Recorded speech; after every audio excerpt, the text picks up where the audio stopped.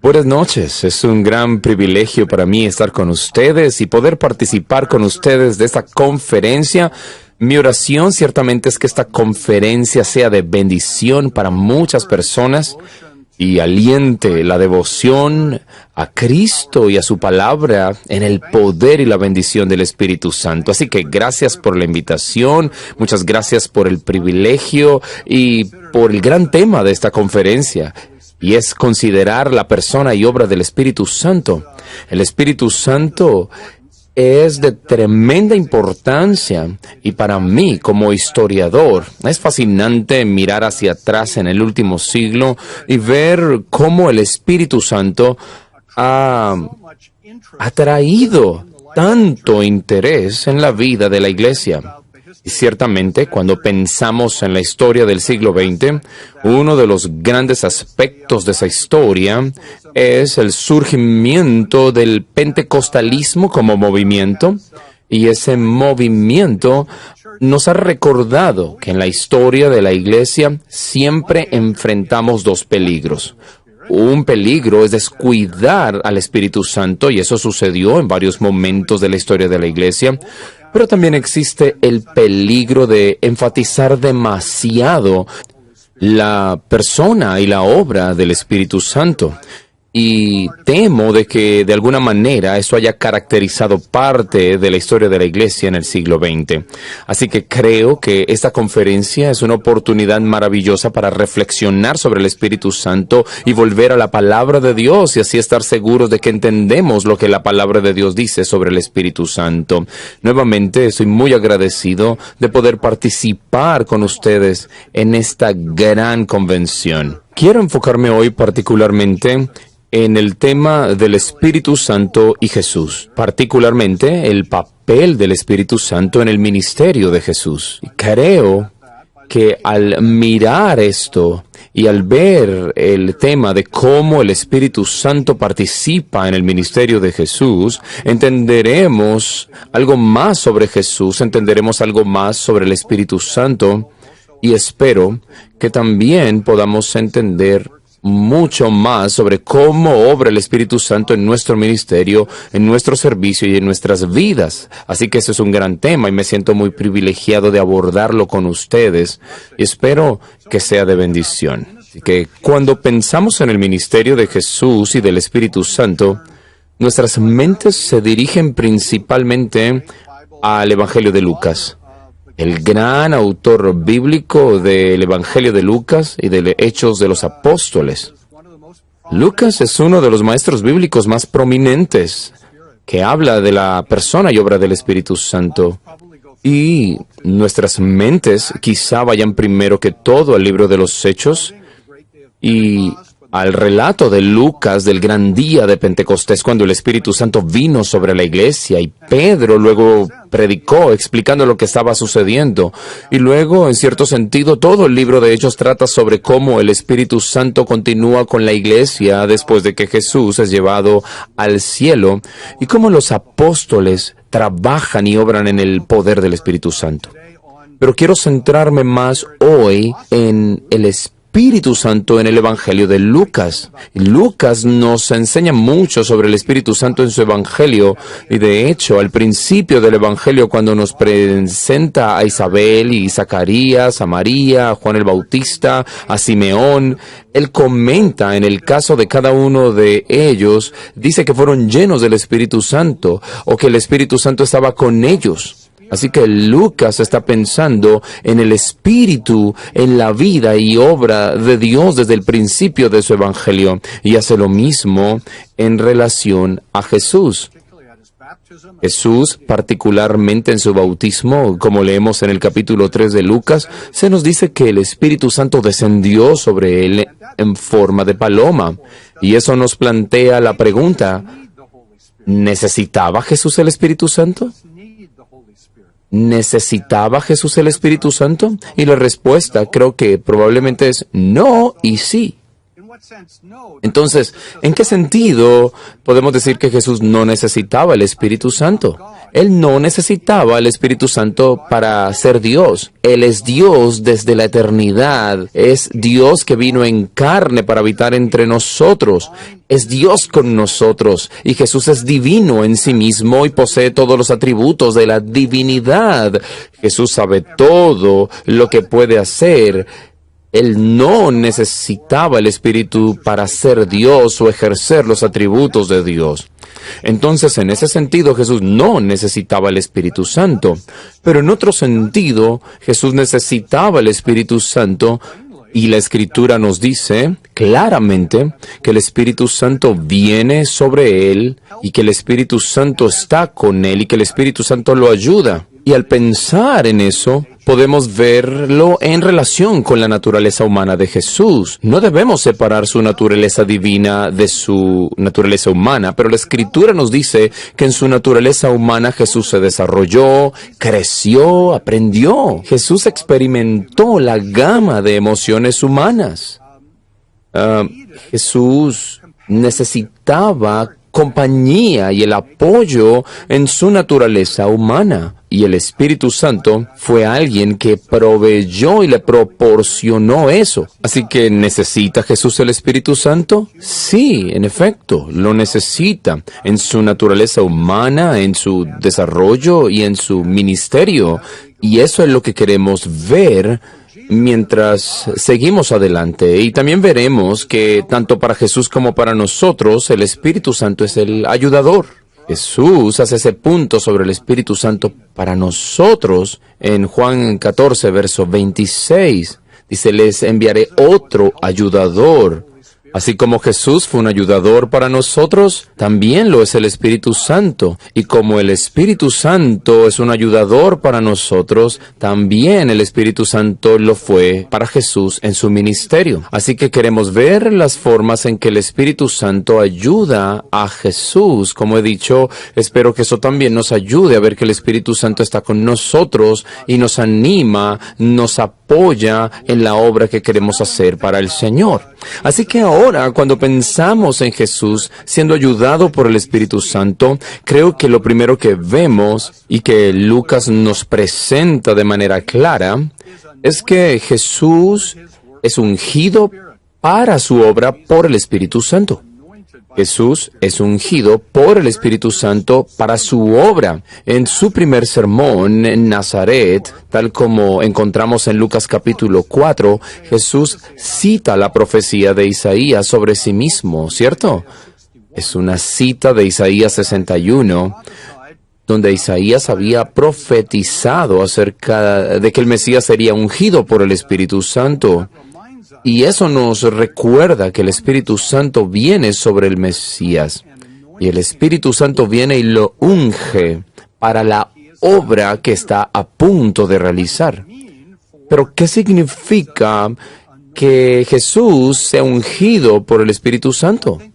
Bueno, creo que de numerosas formas podemos ver una especie de paralelo entre esa unción y la coronación de un monarca. No tenemos tantos monarcas alrededor como solíamos tener en la historia pasada, pero tengo la edad suficiente para recordar cuando la reina Isabel fue coronada como reina. Eso fue a principios de la década del 50 y fue una etapa temprana en el desarrollo de la televisión. Y ahora estoy revelándoles mi edad. Y en esa gran ceremonia que tuvo lugar en la abadía de Westminster, mientras ella se sentaba en un trono antiguo y estaba vestida con su corona y la regalía de su oficio, pero también había aceite destinado para ungirla en su cabeza para su oficio. Y todo eso fue parte de la ceremonia. Y esa ceremonia no la convirtió en reina, ella ya era reina.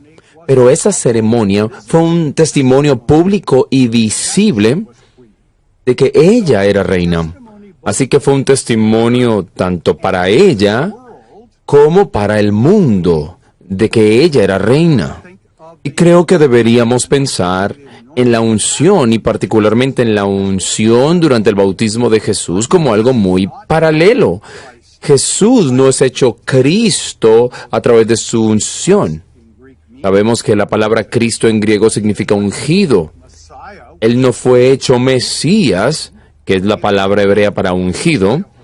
Él no es hecho Mesías o Cristo por medio de su bautismo o su unción con el Espíritu Santo, sino que son testimonios para Él y para el mundo en cuanto a quién es Él. Así que el Espíritu Santo viene a darle ese testimonio. Y es por esto que es tan importante que los escritores de los Evangelios registren que el Espíritu Santo desciende sobre Jesús. Desciende sobre Él en su bautismo en forma de paloma y desciende visiblemente para que Él sepa y nosotros también sepamos que Él es el ungido del Señor, el Cristo. Así que el Espíritu Santo tiene este papel muy importante de dar testimonio de quién es Jesús.